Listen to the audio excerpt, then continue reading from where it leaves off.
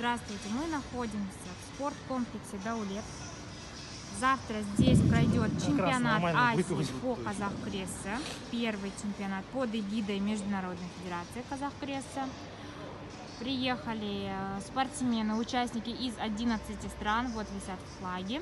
Выход будет из красной юрты и из синей юрты, соответственно, экипировка спортсменов тоже курецких.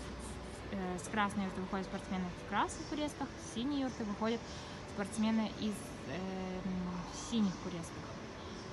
Вот.